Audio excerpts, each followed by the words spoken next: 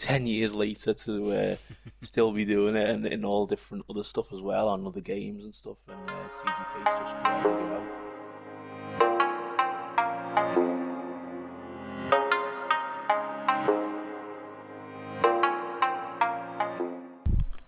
Hello and welcome along to TGP Has A Podcast. I hope you enjoyed last week's episode where I spoke to the fantastic Ginger Andy about his time in the series and what his future has to hold, hopefully with much more commentary successes to come, whether in Veloci, F1 or hopefully in TGP series of course. This week we chat to Dan the Man, who as you can tell from the intro has been around since day one. He's had many great battles, rivalries and events over TGP's 10-year history, and I sit down to have a chat with him about all of his successes and all of his shortcomings over the time in the series. Dan the Man was actually the first ever race winner of a TGP1 event, as we have a chat to him about that as well. So I hope you enjoy the podcast with our original member, Dan the Man F1. This evening we're recording this on a very hot June summer evening. I've had to have the window open and I'm almost verging on having a fan as well. How is life and heat up in Liverpool at the moment for you, Dan? Yeah, it's hot here as well. I also have the window open, so I apologise if you hear next door's dog barking very loud at some point. I'm sure we can let you off for those sorts of things. Minor mishaps for what is effectively a TGP legend. Dan, thank you for joining us on this podcast. You have featured in a podcast that we've done before about the four-way title fight that we had in TGP1 in season 1 of the podcast. And now here we are talking about just you and your, let's be honest, wide range of successes across TGP's history. 10-year, obviously, anniversary coming up this year. How has the league changed since you were part of that very first race back in 2011?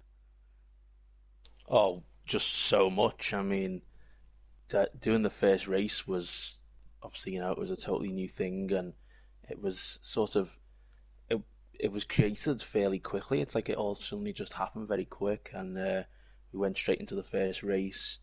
Wasn't expecting, just thought it was just going to be a few races, few championships a season maybe. You didn't expect it, 10 years later to still be doing it and in all different other stuff as well on other games and stuff. And TGP's just grow and grow, but it's changed unbelievably. I remember we used to do, I think we used to do in the first couple of seasons. I think the races were like Monday, Wednesday, Friday, and it's like every 2 days, and it was all crazy days of the week. And obviously now it's a lot more scheduled, easier and stuff. But yeah, it's just totally come on so much in 10 years. I can't believe it's been 10 years, by the way, but yeah, it has.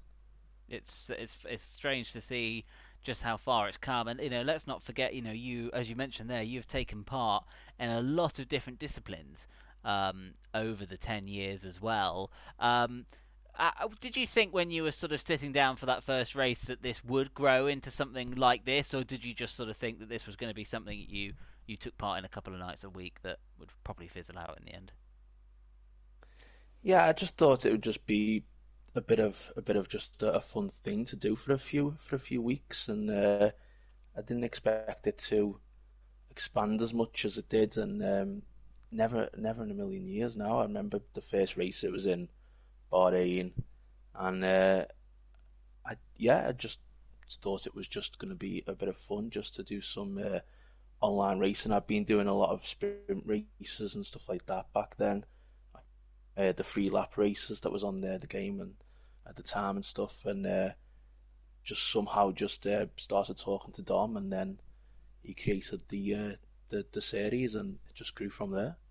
It's all gone on from there, and we've enjoyed every moment of it since. Now, because let's not forget, you are the Giuseppe Farina of TGP's history. You won the first ever TGP1 race in Bahrain. Is that something that you look back on quite fondly? It's a cool little thing to have, I suppose, in the league. A cool, nice little thing to say. I won the first ever race, and even if I think the game did actually glitch and come up saying that Tinnis was the winner by a lap, but yeah, I actually Another did win TGP did win legend. the first race. Yeah, certainly another TGP legend. Yeah, but yeah, to win the first race, yeah, it was brilliant. It's a brilliant thing to have and to still say, obviously, 10 years later and stuff. But I almost feel like I'm sort of like a Kimi Räikkönen kind of figure in the league in terms of the fact that I haven't really had much success for a while now, and it was back then when I was used to do so well. But hopefully I can find those days again in like the coming up with the new game and the new season and stuff going forward. And building on from that early success, um, you very quickly took titles as well. Oh, you didn't take the first title, so you can't quite have that one in your arsenal. But over the next 8 seasons, 7, 8 seasons, you took 3 titles. Seasons 2, 5, and 7, if my memory serves me right. Of course, that was then over various different games, but as you rightfully said there, success came for you very early on. Do you think that you peaked too soon, or do you look back on that time with fondly as well? I certainly look back on it fondly, yeah, but I still believe that in the future I can hopefully be fighting again for like right at the top for the championships and stuff. And I've been close recently, and especially on the F1 2020 game, which is probably the best game for me, best F1 game for me since probably like 2014, 2013, 2014. But it's crazy really that it's like I won all my titles back in the PS3 sort of era of TGP, and now we're about to move into the PS5 era. It's just seems it's kind of insane, really. But yeah, hopefully I can be fighting at the very top again. But there's a lot of quicker drivers than me around these days. A lot of quicker drivers. And do you put I'm much down the more consistent as well. and I was just going to say consistency, obviously a key part, and is that what you put down to your lack of success in the PS4 console era as opposed to the PS3 era, or? Oh yeah, definitely, without a doubt. Yeah, it's just I'm nowhere near as consistent, and there's just back then every single track I used to always just have a nice flow around and stuff, but these days there's just a few tracks that are on the calendar that I know going into it, it's just inevitably gonna just not be a good race for me, and that doesn't help the mindset, I suppose, either. But yeah, it's just trying to build better at those kind of circuits and stuff. But sometimes when you get into a qualifying session and you do the first laps and you see someone like Softy put in an absolute stormer of a first lap, and it's like I can't beat that lap. But maybe if it was a few years ago, like back in the day, I would be up there like with those super quick times. But yeah, maybe not so much And right let's now not around forget certain as well. what costs me. Let's not forget as well. You hold the record for the most TGP1 pole positions. That's an I incredible do, achievement. yeah, That's an incredible achievement. yeah. I mean, I still can't believe really how big the figure is, but yeah, I love doing just the one lap, just absolutely going for it, qualifying lap. It's so satisfying, I've got to say, obviously when you get a pole position. But um, yeah, maybe recently I haven't been that consistent as well with that, and I do tend to make a lot of errors, or a lot more errors than I did back then. But I mean, I did used to do a lot of practice back then as well. I don't do so much these days, so I imagine that's probably has an effect as well. And we spoke with Softy a couple of weeks ago, obviously in relation to how the time that he puts into getting ready for a race for TGP1, and he likened the fact that the amount of sweat, as it's known within the league, that he does prior to races is equal to a lot of the drivers competing in other leagues and doing races sort of most nights every week. But you don't really do either of those, do you? Really?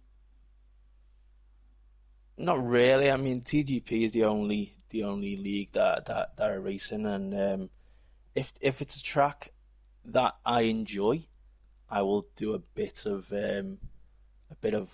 one lap pace, like a one lap time trial laps. If it's like certainly if it's like if Monaco is coming up, I'll definitely do like as many laps as I can around there before we get into that, and a few other tracks as well. But there's other circuits which I just don't really have the motivation because I know that I'm not that quick, and it's gonna be. I sort of just don't believe that I can be quicker, even though I do try. But yeah, so sometimes I'll just sort of jump on the game. And certainly in recent seasons, I'll just jump on the game at like an hour beforehand and do a few laps. But when it's circuits like Monaco and Japan as well, I'll properly try and do as many hot laps as I can. But I very rarely do race runs, and I think that affects me quite badly with tyre wear and strategy and stuff like that sometimes during the races these days. And if we let's take a sort of step back again towards the early parts of your TGP1 career, you had some fantastic battles with Ben Alesi, who was your biggest rival, and actually, obviously, the two of you had some pretty feisty action on track as well, including obviously incidents which ended up deciding the title twice in your favour. Do you look back on the rivalry you had with him and enjoy it? Do you think of it fondly, or do you wish that it had gone differently?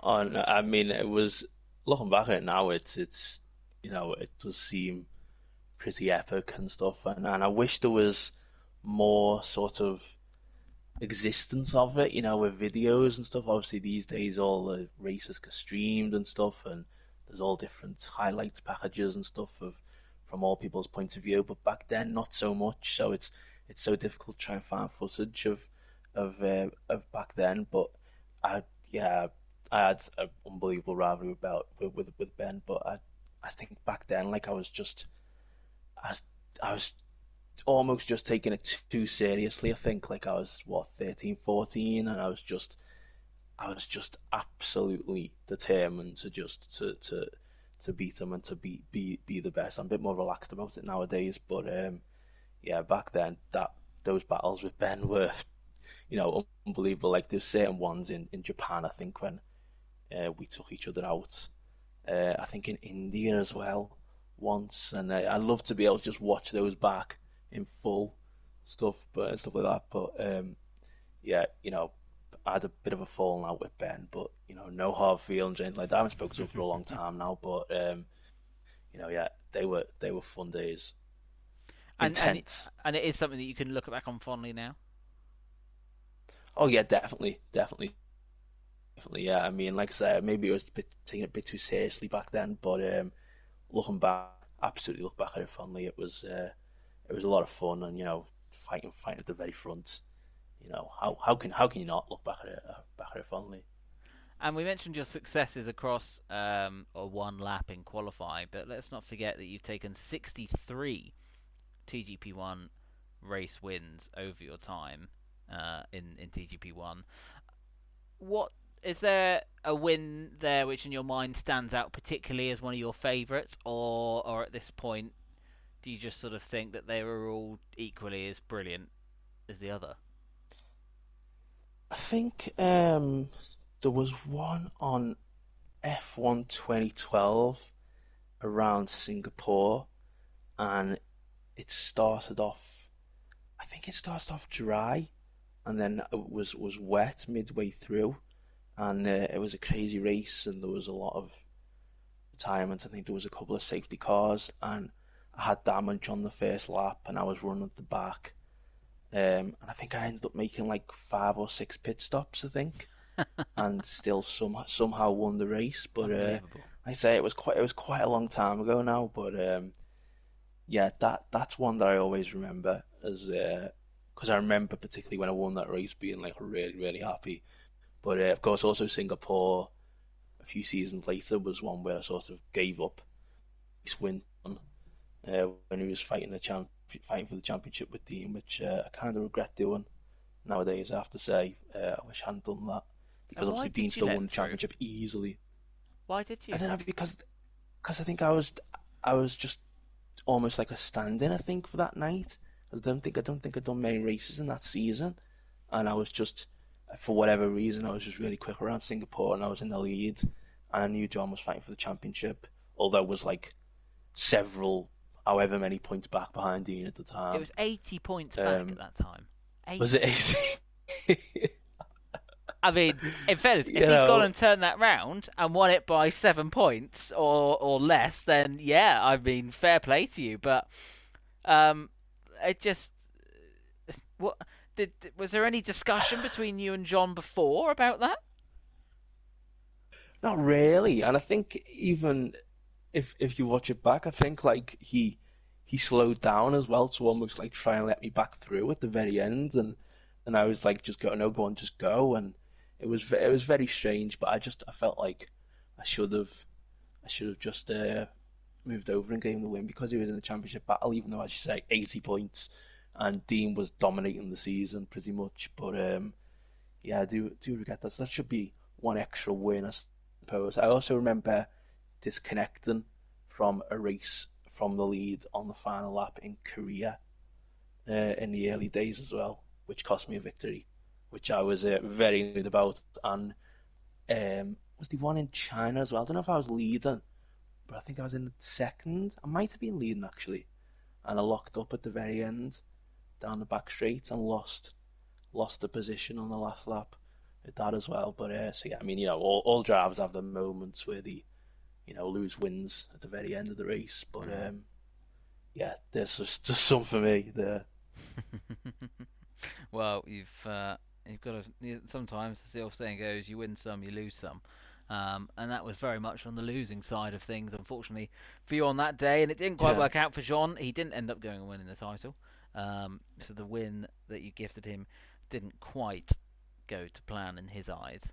Um, and is there of the more recent TGP series, obviously of the latest one, you had some good battles there with Softy, and I remember that pole lap that you took in Japan was absolutely fantastic.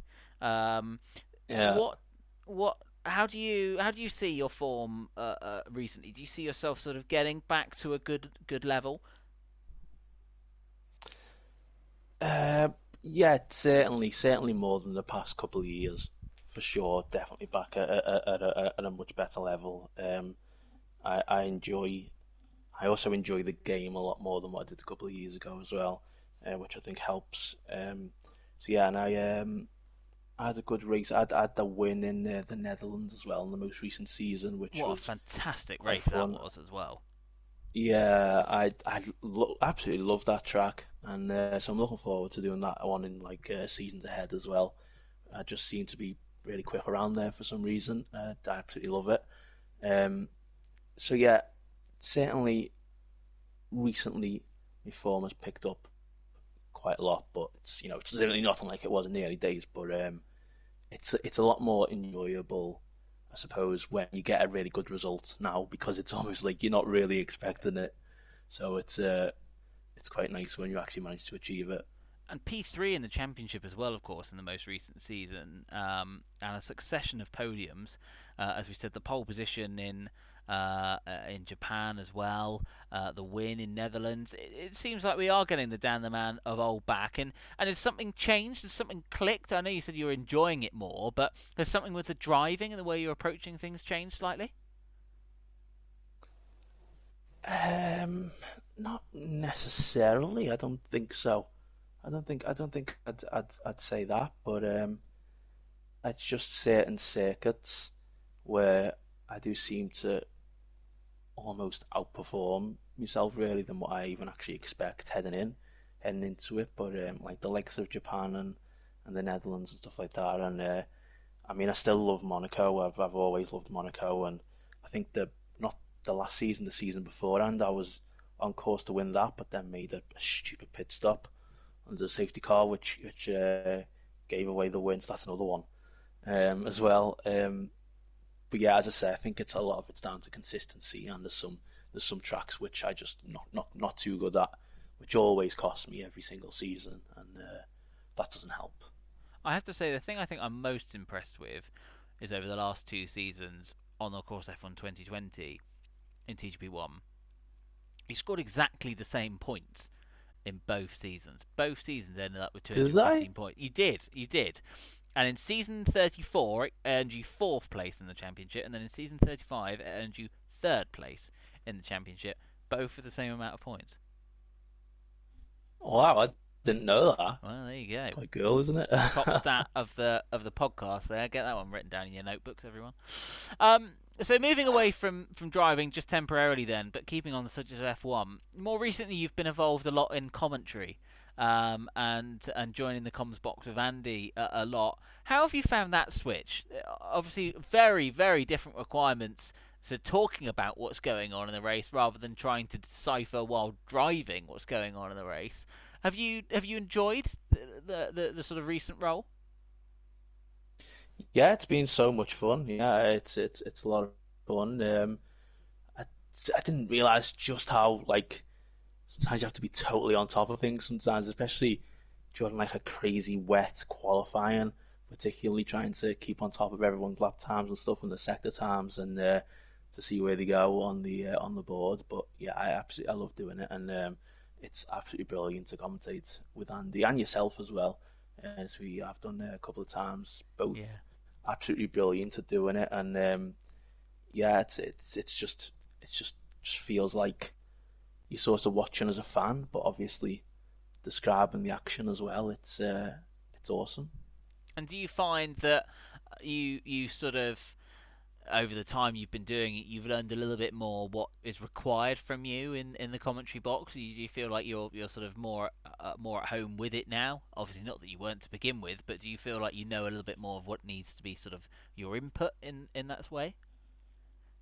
Oh yeah, definitely, definitely. I mean, yeah, I suppose as you go on and do things more and more, you become more aware of what exactly you have to do in a specific role and stuff like that. So yeah, I mean, obviously, Andy is just absolutely brilliant at calling the absolute overtake as it happens and stuff like that. And I just try and just chip in every so often, and people seem to think it's okay, so that's cool.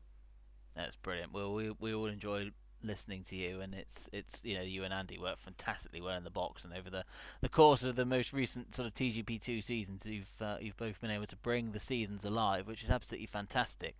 Um, so let's get back to your driving then, and I've got one simple question for you about our next topic, which is TGP Dirt. Why have you never won a rally? I don't know, 'cause I just You've got bottle the it at some pace. You've stage. got It the just pace. one particular. I know, but I just can't. For some reason, I just can't do it. There's always like, every single time there's always like just one person who just somehow uh, has a better rally and stuff like that, or I'll just make one really stupid error and stuff, and just get really frustrated and stuff. But I'd say I did not expect to enjoy uh, dirt rally as much as I have. I've got to say, like it was just like when I got asked to do it for the first time last year. I think it was like just after the first lockdown, so it was just Mm. like it's just something extra to do, and I just I look forward to doing it now whenever we do it every week.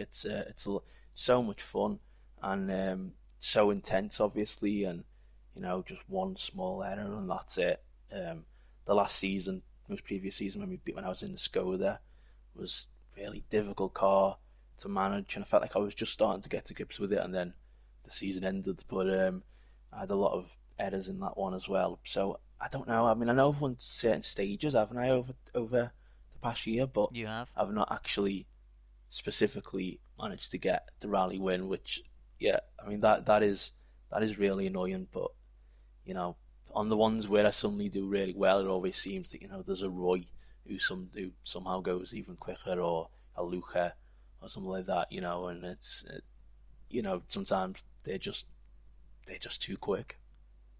Well, it's certainly been enjoyable watching you do the dirt rally stuff, and we've had some great um, events over the last sort of 12 months since the sort of TGP Dirt came back following the first lockdown. And maybe we'll see Dirt come back again in the future. I'm sure we all sort of hope it will do. Hopefully. Um, and then obviously more recently, you've been involved in the TGP GT. Last season, able to secure your first pole position as well at Tokyo. How have you been enjoying that? Because you've been playing GT Sport for a little while, and obviously before the league was first introduced in sort of summer of last year. How do you feel your performances have been in GT so far? Well, I'm sort of mainly not great, but I think I regret picking the Audi that I chose for this season that we've just finished, and then when I switched mid-season back to the Ford GT, which I used when I came into the championship last season, midway through, I was felt a lot more consistent and lot easier to drive for me personally. So I wish I'd sort of picked that from the very start from race one. But yeah, it was quite cool to get that pole position in Tokyo. And again, that was a bit like F1 really, doing in the build up to that particular week of the races. I'd done quite a lot of laps around there because I actually enjoyed the circuit, and I was like, I really do think that I can set a decent lap time here, and I was almost keeping up on par with the pace that Roy was setting, who's obviously just out of this world on that specific game. And so yeah, heading into that qualifying, I was like, hopefully I might be able to get the pole position here, and I did benefit quite a bit from a tow from Dom, I have to say, but ultimately still got it done, got the pole, and yeah, that was a lot of fun. I've had a lot of spins as well in TGP GT quite often, but you know, I know that I'm not that good at that game ultimately, and there's a lot of circuits on the game that I struggle with. So just makes it even more satisfying, I suppose, when then I put in that great lap at Tokyo. And do you think one day you'll be able to challenge Roy? No way, not a chance, not Do a you think chance. anyone Certainly could not challenge on Roy? on. Well, I mean, Court gets there sometimes, doesn't he, and stuff, and he at least tries to keep him honest. But I mean, Roy is unbelievable at that game. It's ridiculous. It's absolutely ridiculous. I don't know how he can be so consistent and so dominant. It's just unbelievable. I mean, when we were doing that wet race in Spa and the qualifying session, I mean, I know that's obviously a long lap as it is, but just for them to be several seconds ahead is just ridiculous. Well, I'd like to finish off in the same way that we do with everyone, which is with some quick fire questions, um, which isn't actually really very quick fire. Um, but so the first question I'd like to ask you: what favorite track, any game? Monaco. Interesting, interesting. Least favorite track? Oh, Vietnam. Well, we all know what your and Andy's What? strong opinions were on that in the commentary Yeah, box back in I mean, TGB2 a couple of seasons ago. yeah, it's one. It is probably the worst track I've ever driven on any racing game ever. It's just really just horrible. Well, there we are. What? Well, I don't really know what more I can say to that. That's pretty self-explanatory. What has been your favourite moment in TGP so far? Favorite moments in TGP? Well, winning the championships, obviously, for me personally, quite cool. Um, so yeah, I'd have to say, obviously, yeah, winning the championships and being in the TGP Hall of Fame. And your least favourite moment so far? Least favorite moment, oh, I think there was a championship battle I had with Sebi Horton Oh right. in, and it went to Brazil, and the last race, and I think I lost it when I had a collision with Cuman, at turn two on a safety car restart, and I remember back then, like when that happened and I lost chance of the championship, I was so annoyed and I was so disappointed. That's something that particularly sticks in my mind as such a frustrating moment. And finally, then, is there a game or a league you'd like to see in TGP in the future? Ooh, that's a good question. Um, I'm not sure, to be honest. Too many good ones to think of. Not enough good ones to think of. Racing. It can be racing. It can be anything. Anything.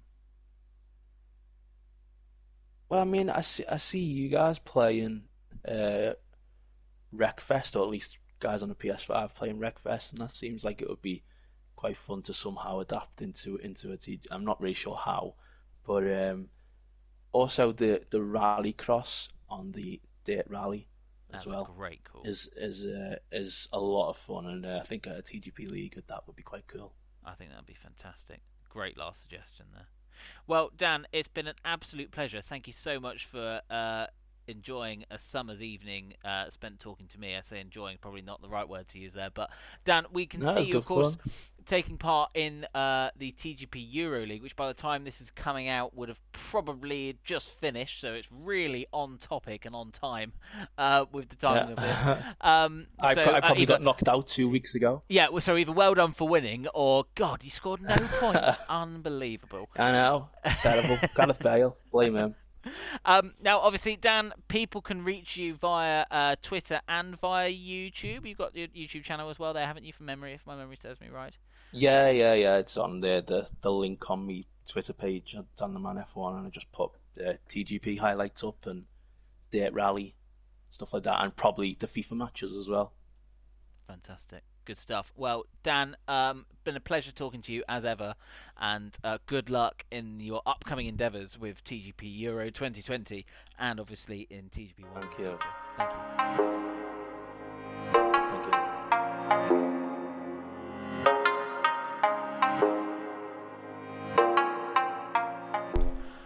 So there you have it. Your chat with Dan the Man F1 for the latest episode of TGP Has a Podcast.